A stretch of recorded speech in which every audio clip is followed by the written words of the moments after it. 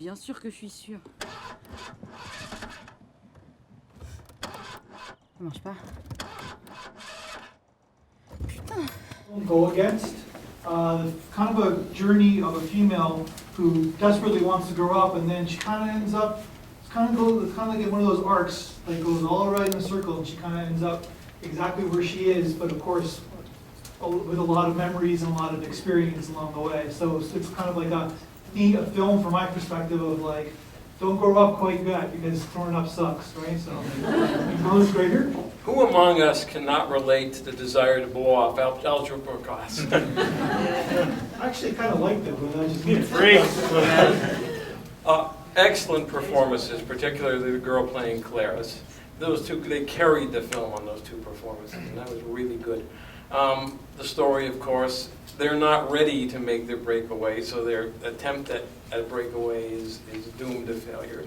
They're too young, they have to go home and, you know, be teenage girls. Yeah. But wonderful little film, yes. I like the way the film builds contrast. I mean, the way it started on a very light and free note and then transitioned very beautifully into dark and heavy. So I think that was where the transition of the contrast was very well done.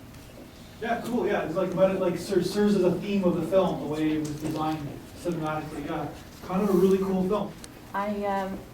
It seemed like the character Claire was trying to get away from something for me. It wasn't so much that she was trying to get away because she's kind of a stubborn teenager, but more like she was trying to distract herself. And so maybe she was put in a position where she had to get away, or she had no other choice, or she felt like she needed a really, like a distraction.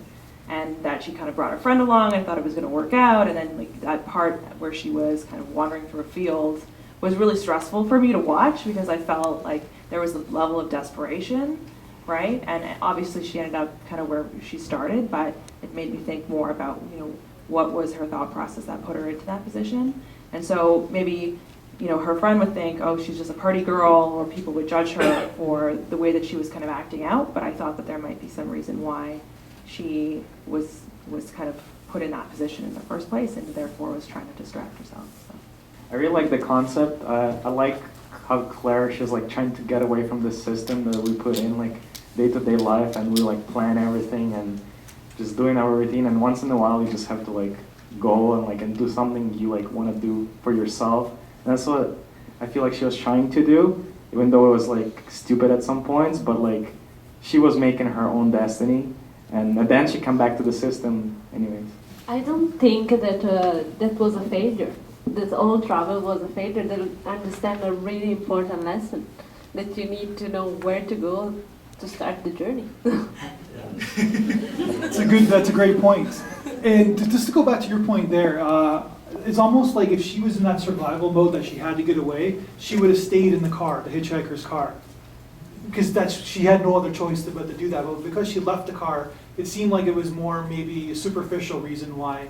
That's just from my perspective what I got. Does that make any sense? Like why because she really needed to get away. She would have stayed in that car. I definitely also got the sense of her desperation, but I felt like maybe it was more a desperation to find something as opposed to a desperation to get away from something. The thing about this film and the previous one, maybe just the genre itself of the short film is they get so intense, so fast, I find them hard to watch. You know, emotionally, they're just so quickly intense. That's the genre. That's the thing about this art form, I guess. Some of us like that. Some of us like intensity.